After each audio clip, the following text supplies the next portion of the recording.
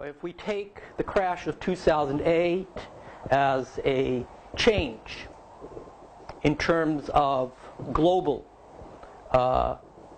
changes, management of the markets, security, the status of the United States, England, the emerging markets, these are all the different aspects of something quite different than we have experienced since 1989, since the fall of the Berlin Wall.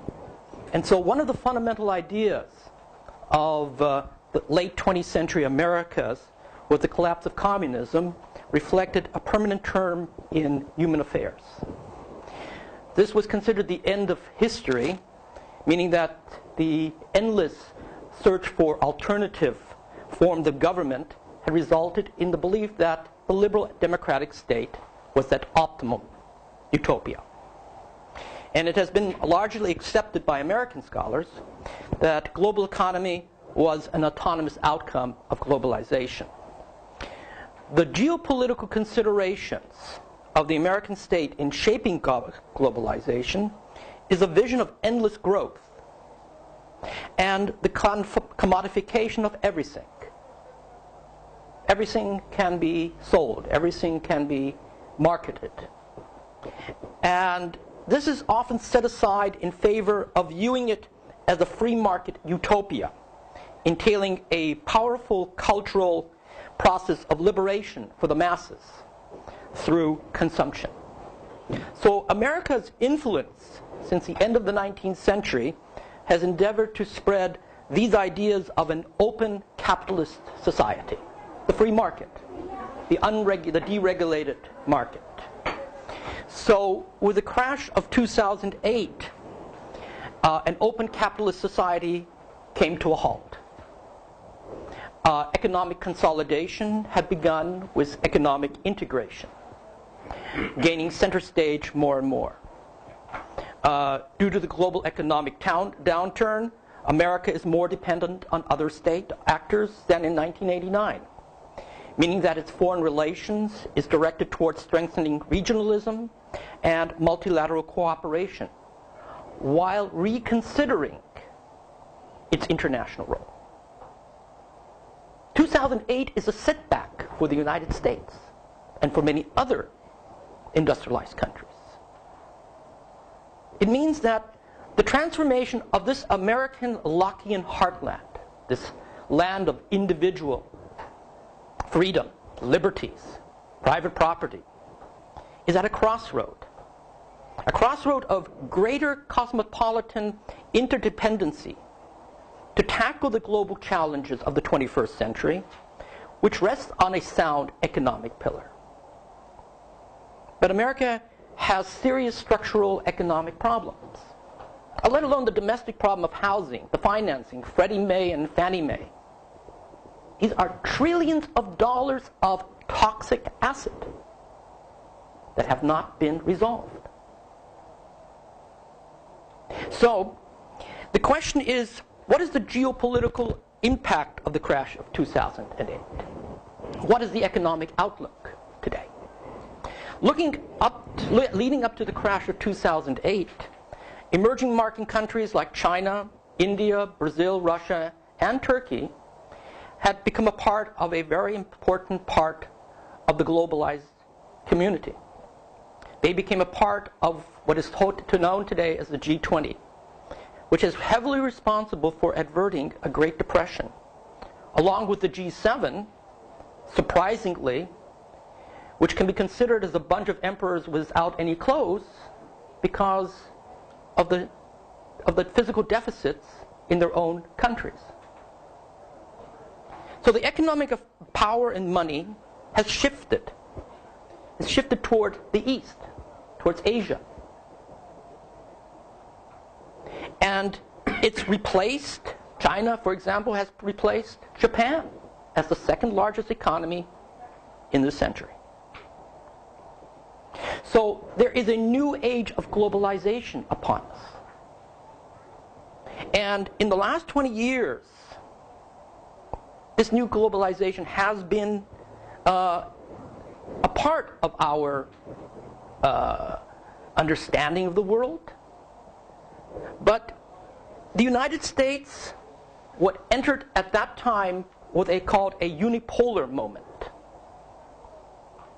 wielding until the crash of 2008 nearly absolute power by effectively regulating a global market with an interwoven worldwide network of production and communication. Since 2001, a global order emerged with a new logic and structure of trade and rule. In short, a new form of sovereignty had emerged, where everyone from the extreme left to the far right began to label the United States of America, under President W. George Bush Jr., as an imperium.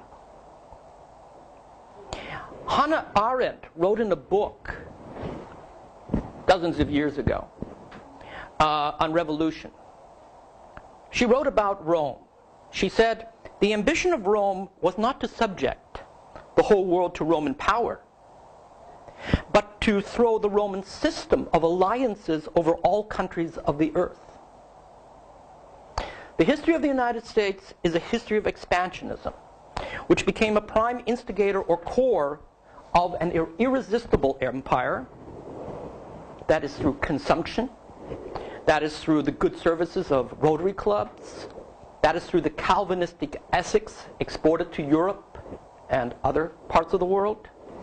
Or it is also an empire by invitation, such as after World War II in Europe, the Marshall Plan. Now was the almost economic collapse of the United States financial system momentarily under control. Remembering, Fannie and Freddie Mae are still out there. The question, is America possibly in further decline? Not militarily. There's no question about that issue. It's the economic, the social, the cultural, the various other issues what make up life. So, for decades, this debate has been continuously raised about the decline of America. It's nothing new. It was raised already in the 1950s with a doomsday scenario about the space program by the UdSSR. Or it was also followed by the Vietnam War in the 1960s and the revolutions of the 1970s, like in Iran. And then the emergence of Japan, Europe, and now China as major economic powers. Even Paul Kennedy, before the end of the Cold War in 1987, wrote a book called The Rise and Decline of the Great Powers. He wrote about imperial overstretch. He was talking about the mismatch of political and strategic goals with economic and not least physical reality, setting the stage for a flood of literature predicting the decline of America. 2 years ago, this was before the crash of 2008, in London, the late Fred Halliday, an expert on international relations, he wrote in a speech that one day the control of and dominance over the world will lessen, is indisputable. This is in regard to the United States. But that another power will emerge in the foreseeable future that is equal to it, or able to rival on the world stage, as the USSR did for 4 decades, albeit from a position of overall weakness, is less clear. A world of one dominant and several medium powers seems more probable. This was January of 2008. In 2010, in my estimation, the international order has changed different. It's different from those that preceded it. The principal characteristic of 21st century international relations is turning out to be about a scores of actors possessing and executing all kinds of power. The inability to reach an agreement in the Doha round of global trade talks is a prime example. What needs to be done by the USA to achieve a consensus among the different countries in various regions of the world, like the Middle East and the Central Asia, is the question that is being asked in today's presentation. So, what are the challenges facing the Obama administration? Well, contrary to his predecessors, the Obama administration must choose a new security architecture to include new regional players and strengthen the moderates in the region to agree on compromises on global issues and distance themselves from the radicals in the Middle East and Central Asia. There is a shift between moderates and radicals in the region. How one is to interpret Turkey's President Erdogan's Justice and Development Party government multilateral diplomacy of rubbing shoulders with Iran, Hamas, Hezbollah, and Sudan while maintaining ties with NATO and the West? What is one to make of Saudi Arabia resuming talks with the Hamas and strengthening relations with Syria? Is there a great new plan of creating a Middle East Union as a regional equivalent to the European Union with Turkey, fresh from a resounding constitutional referendum win by the Justice and Development Party, becoming a hegemonic power in the region along with Russia? Erdogan's reestablished the caliphate via free tradition with Albania, Jordan, Lebanon, Libya, and Syria last year.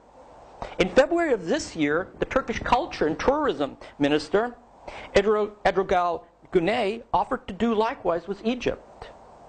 Turkey also has concluded a strategic partnership with Russia during the past 2 years, and ambitious trade investment plans, including the construction of new pipelines and nuclear energy facilities, not only with Turkey, but also with the neighbors of Turkey, Syria, for example.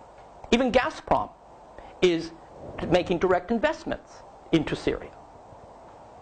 In order for President Obama to influence Erdogan's expansionism in the region and defeat radicalization in the Middle East, he needs to embrace a normative architecture to support comprehensive policies to accelerate economic, social, and political development in the Middle East. At the same time, take into account of historical injustices and concerns of the Israeli and Palestinian people, such as the acceptance of a Jewish right to the State of Israel and recognition of the historic injustice suffered by the Palestinian people. Americans' foreign policy needs to be based on a commercially scientific, technologically, and ecologically driven public policy, involving greater investment in areas such as medicine, education, water, natural resource allocation, conservation, alternative energies such as sun, and infrastructures to attract investors for projects with sustainable development for the people, market, and Mother Nature.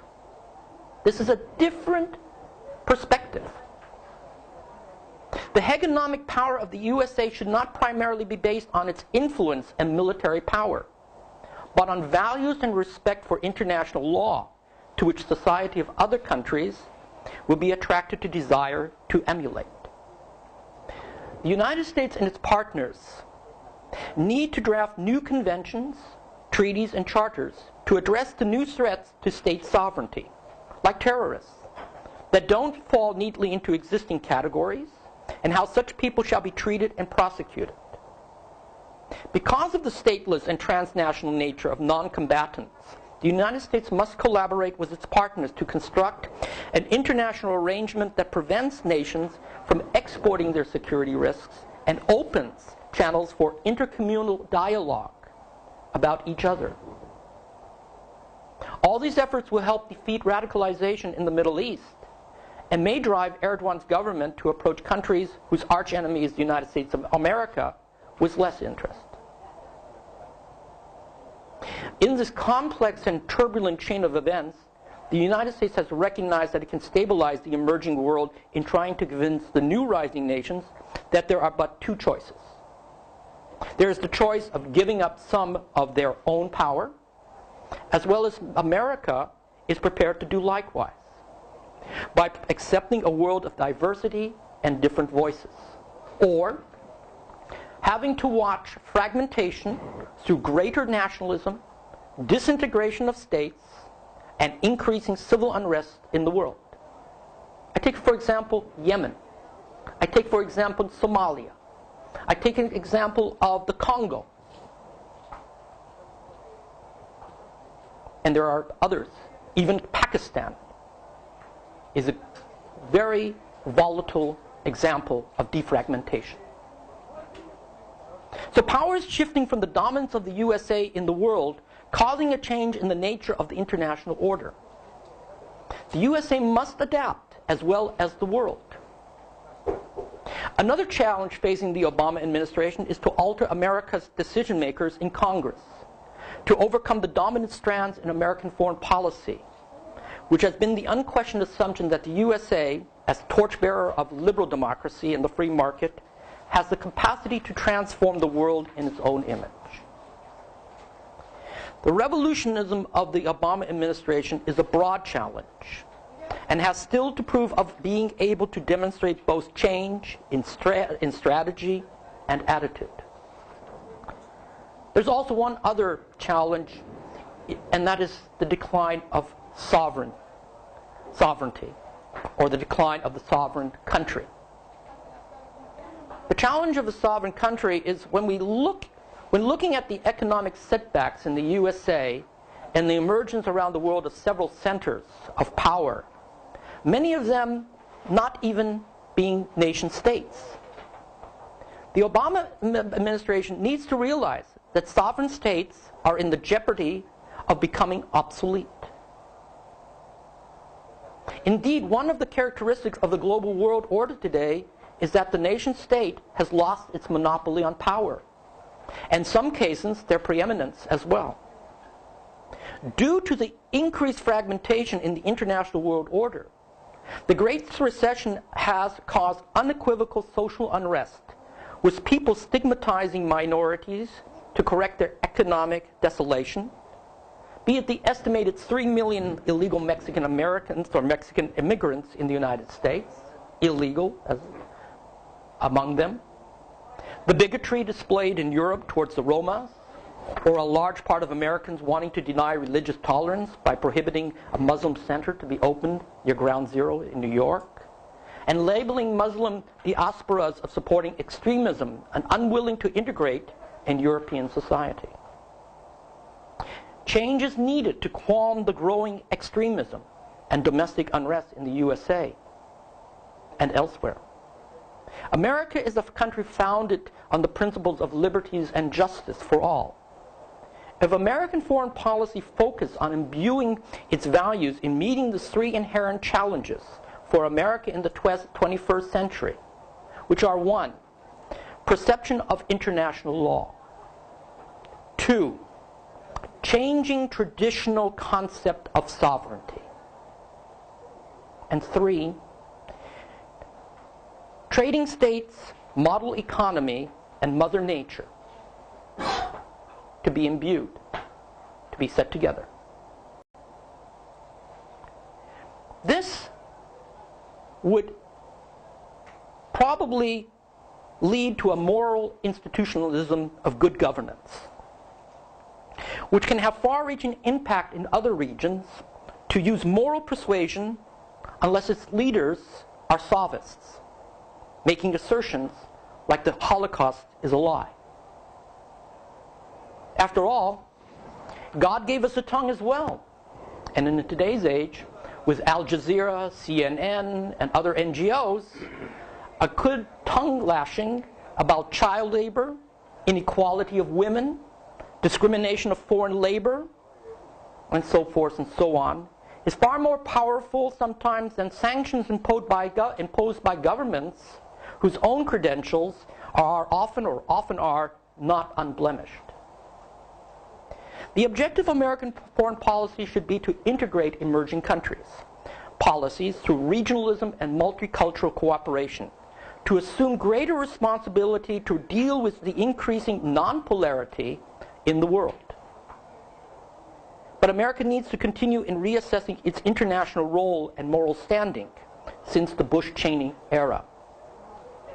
A transformation of the Lockean heartland into a greater cosmopolitan interdependency would be an alternative to tackle the global challenges of the 21st century in a non-polar world by perceiving international law differently. In America, international law is increasingly required to deal, or rather not in America, but international law is increasingly required to deal with a number of issues for which the state is deemed ultimately insufficient in a non-polar world. First, the global management of the global market, especially since the crash of 2008, is taking a more international nature, be it through the spread of regulations of international trade and of international financial flows. Examples: the increased need of WTO, the upcoming Doha round, and the Basel III. Secondly, the global protection of the Earth. This encompasses the boundless and global nature of threats to the environment that is seen through conventions dealing with climate change, protection of animals, etc. The protection of the human being, which includes international humanitarian law, international refugee law, international human rights law, as well as parts of labor and migration law. Is the context of international law, or in the context of international law, the United States needs to consider an economic and security architecture critical to the gross model of economics, linked to both the libertarian ethic lying behind it and the morality of states' approach in international relations. I'd like to say this again. The United States needs to consider an economic and security architecture critical to the gross model of economics, linked to both the libertarian ethic lying behind it and the morality of states' approach in international relations. In other words, open competitive markets need to be upheld, taking into account life on the planet, in which a stewardship role as a trustee is developed for generations to come. Governments must protect the basic rights of their citizens to act impartially, to derive its legitimacy from the consent of the governed, to be ecologically aware to restrict waste and preserve wildlife, to protect and restore the biosphere of nature, and the ability to allow individuals to achieve wealth which will not harm people and their communities. The direct duty of the government is to protect private property, let that be no mistake, and to enhance the property that belongs to all persons, such as national preserves, clean water, etc. The issue is not about simple economic growth, as we know it today, but the sustainable quality of economic development, without the excess of unregulated capitalism, which is flawed by continuous periodical recessions, the last having potentially thrown the world into an unequivocal catastrophe only closely related to the Great Depression of the 1930s. These goals cannot be achieved unless the Obama administration can succeed to demonstrate the cost-risk benefit to gain the support of a large part of American society, that America's sovereignty isn't jeopardized by threats as portrayed by organizations like the Tea Party or ultra-conservative demagogues. Even the conservative commentator, Robert Kagan, has called on U.S. policymakers to welcome a world of pooled and diminished national sovereignty, arguing the United States has little to fear and much to gain in the world of expanding laws and norms based on liberal ideals and designed to protect them. So there is a tremendous amount of polarization occurring in America. It's even led to a dysfunctional political landscape. Republicans versus Democrats. Congress is unable to pass legislation. So the election of Barack Obama as the first African American president serves as a catalyst for reactionaries of all stripes to seek ways to reverse the movement of American society toward a greater openness and engagement with the wider world. However, Obama faces two major challenges in opening up America. The one is the societal prejudice, which have been already mentioned. Secondly, it's the uncompromising realist in and out of Congress, which continues to see the world affairs solely in terms of international system of states. It rejects international law. And it perceives international law as a Harvard University professor, Stanley Hoffman, said, at best a farce, and at worst even a potential danger.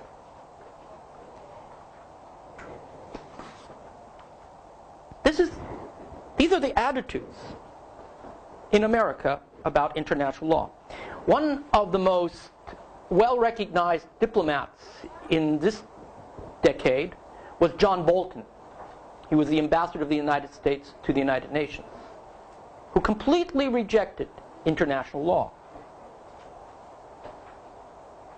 So these are the perceptions that we are dealing with in America. So the next challenge of President Obama's administration, next to the perception of international law, is the changing role of sovereign states. Sovereignty has changed with growing interdependence due to globalization, with private enterprise and ownership as a dominant feature of modern post-industrial society. In joining together, a greater spirit of neo-Kantian values have developed. As respectfully, if we look at the EU, if we look at the sovereign countries have joined together to agree in supranational legislations, if we look at that interdependency, if we see sovereignty in a different light, in a different context, then we'll have seen also an alteration to the type of sovereignty that was created at the time of Westphalia. So the question is, in joining together in this endeavor, can the countries comprising the Islamic world and the West effectively address the past and present issues of international law, such as crime prevention, corruption, human rights violations, and alleviating poverty? Today, the EU endorses a policy empowering people and humanity to give greater respect to multicultural or multilateral diplomacy, an obligation to abide by the rules of international law. The government of the United States and non-government organizations of the West must continue to examine earlier policies and redress claims of injustice related to the distant past through its executive, legislative, and judiciary branches of government. Such is the case just recently of the Guatemalan citizens being used as guinea pigs in testing for the prevention of syphilis in the 1940s. Now, this is a broad-scale approach of reflection, but that is exactly what America is needing to go through, is to see themselves and find a new perspective. Not to go inward, but to go outward. To find this cosmopolitan perspective. So the Islamic states need as well to embark on creating a stronger regard for the rule of law through democratic institutions committed to transparency, humanity, and human rights, to alter both sides' perception of each other, committed to a reciprocal, consent-based legal instruments adopted by democratically elected representatives. It is unclear at the moment what are the consequences for NATO and US-Turkey relations.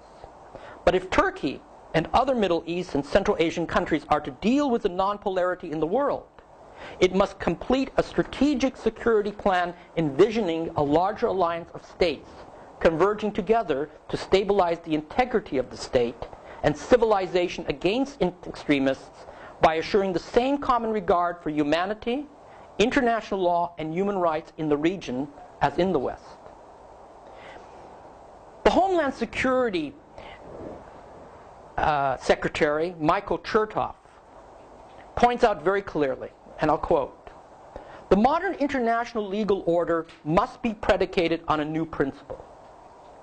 under which the individual countries assume reciprocal obligations to contain transnational threats emerging from within their borders so as to prevent sovereignty to become a tool disbarring nations and the world community by laws, as law disbarred the world community from intervening in Germany in the 1930s, before the Holocaust.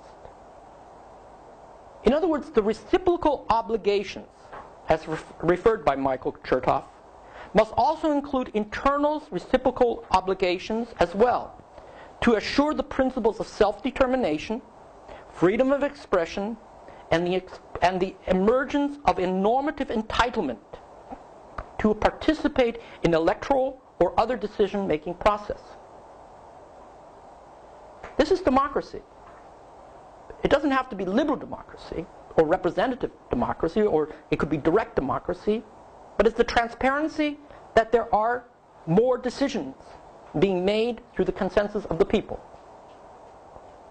So a more forthcoming universal cultural cooperation with each other will be ever more immediately required in seeking humanity's common values in the search for peace and justice in the future, to dealing with the new growing threat of alliances between radical left Western groups and jihadists.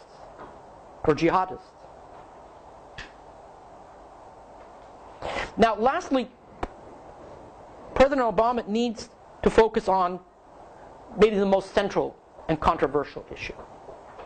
And that is the trading states model economy and Mother Nature. It's called a stewardship economy. And in this, as Keynes argued, who was the economist in the interwar years, and he talked about protecting life and nature.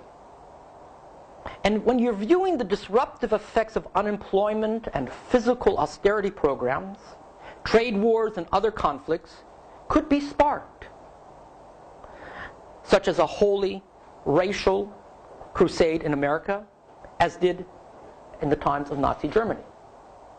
Unemployment breeds uncertainty and extremism. There are constant pressures on the radical fault lines, giving conservative news media opportunity to open channels for extreme racist groups to become a part of mainstream America, with slogans like "Take Back America" or anti-immigration laws, etc. So the stewardship economy is grounded on Earth's life and not around human desires.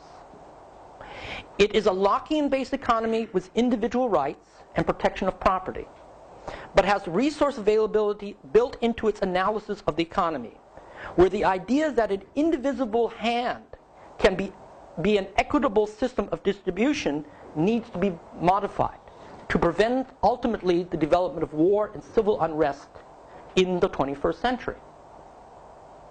If we don't have the resources, we will fight for them. So by understanding that human life is part of a whole ecological system and see human species therein, objective should be derived from within the state trading concept. In other words, the stimulation of overall demand and creation of jobs and social stability must be generated from the perspective of its impact on the welfare of life, of its people, and the world. It's not a question of just growth, economic prosperity. It's a question of sustainable development and continuity without the periodic recessions. So, how does this model affect relations in the Middle East and Central Asia? And this is maybe the primary aspect of this evening's presentation. Because when we talk about Turkey as being a catalyst of change, of taking on a different role, at least being perceived, of playing on two sides of the fence.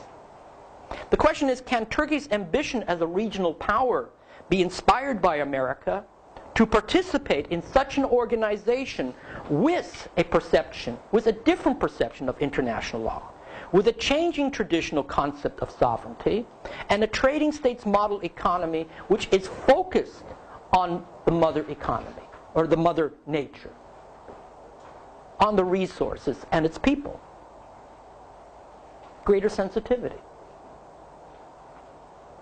So in the case of the Middle East and Central Asia, stretching from Algeria across the Mediterranean, profound historical rivalry between the others and Islam and the West are caught in this political cycle of cultural and sectarian conflict. It was constructed as a conflict of civilization. It was constructed. Just like if you had the idea that we had endless utopias of growth, that we won, I'm saying America won the Cold War because of the ideal of liberal democracy. These are constructs. And so the question is this a clash of civilization, a construct that fits in to the economic structures of industry, of services, global markets? Or is there another type of perspective, such as the convergence of civilization, where people who are in other countries, whose leaders despise each other or despise America, yet these people have the same feelings, the same emotions: children, life, family, community? Is this a clash? Is this a construct? So today's openly demonstrated criticism of Israel and support of Israel's nuclear energy program by Turkey has, of course, changed the perception of Turkey. And the constellation is that the world, or the West, is skeptical about Turkey's objectives. We should not forget the roots of Turkey's strategic policies go back to the 1990s, to President Özal. I mean, it was his slogans and initiatives that we should have relationships with other countries. In the East, it was Malaysia at that time. It was the non-aligned countries. Now with Davutoglu, the foreign minister, and his concepts of strategic depths, is about the neighbors. But the question is, do you deal with neighbors whose positions are condemned by the world community, whose sanctions are already been voted upon by the Security Council? So there are many domestic reasons for Turkey's extending a hand to the east. The question is this a changing tactic of Turkey? Is it going to become a regional power? Is it trying to become a hegemon with Russia? Or is it because Europe and America has marginalized Turkey, as well as the Middle East and Central Asia? Is it because America, because of its predominant military strength, because it's engaged in a war, because it is really a war against terrorists, the legitimacy of these attitudes is not to be questioned, as it affects all of us who live in this world. But the myopic focus of just the security issue has driven America to where it is polarized in saying America, America, and the others for tomorrow. So the question, and I'm concluding here, is can a political community identity be accelerated in the region with the integration of the member states to contradict the populist perception of a clash of civilization, while through America's presence, Turkey's foreign policy ambitions will be integrated with the regional security, cooperation, and enhancing the economic potential as a whole instead of being marginalized. Thank you.